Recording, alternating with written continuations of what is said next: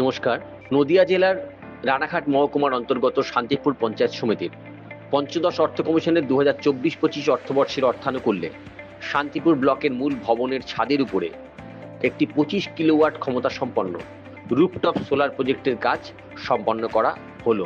এই প্রজেক্টে মোট 46টি 545 ওয়াট পিক ক্ষমতা সম্পন্ন সোলার মডিউল বসানো হয়েছে। প্রতিটি সোলার মডিউলে 144টি করে 24 ভোল্টের সোলার সেল রয়েছে। সোলার মডিউলগুলোতে যেসব সোলার ফটোভোল্টিক সেল রয়েছে সেগুলি যখন সৌর শক্তি গ্রহণ করে সৌর বিদ্যুৎ উৎপাদন করে সেটি ডিসি কারেন্ট তৈরি করে। এইরকম 46টি সোলার মডিউল থেকে যে মোট ডিসি কারেন্ট উৎপাদন হয় সেটিকে একত্রিত করে 25 কিলোওয়াট ক্ষমতা সম্পন্ন একটি DCDB box 4 out 3 phase LT প্যানেলের মধ্যে দিয়ে পাঠানো হয়।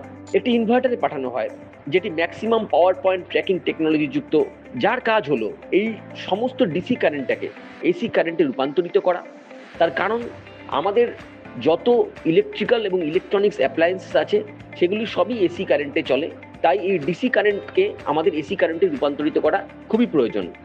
এবং এই এসি কারেন্টটি উৎপাদন হওয়ার পর ইনভার্টার থেকে বেরিয়ে সেটিকে একটি সোলার অ্যারে জাংশন বক্স বা এসিডিবি বক্সের মাধ্যমে বিভিন্ন যেসব লোড পয়েন্ট আছে সেখানে পাঠানো হয়, বা এর বাদবাকি লোড পয়েন্ট ছাড়া যে বিদ্যুৎটি অব্যবহৃত থাকে সেটিকে অন গ্রিডে বিদ্যুৎ সংস্থার কাছে পাঠানো হয়।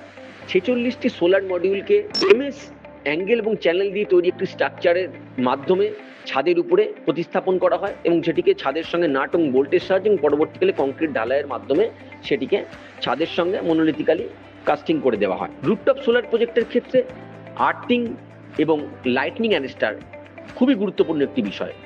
25 চওড়া 3 থিকনেসের জিআই স্ট্রিপ দিয়ে সাধারণত এই আর্থিংগুলো করা হয়।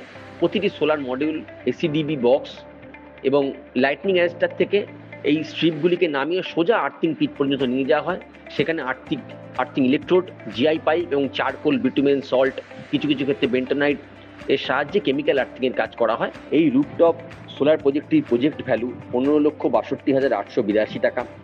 এবং এই প্রজেক্টের ফলে আমরা যে শুধুমাত্র আমাদের বিদ্যুৎ বিলের অফিসের বিদ্যুৎ বিলের সাশ্রয় করতে পারবো তা নয়, কনভেনশনাল এনার্জি ব্যবহার করে আমরা পরিবেশকেও কিছু ফিরিয়ে দিতে পারবো এই আশা রাখছি।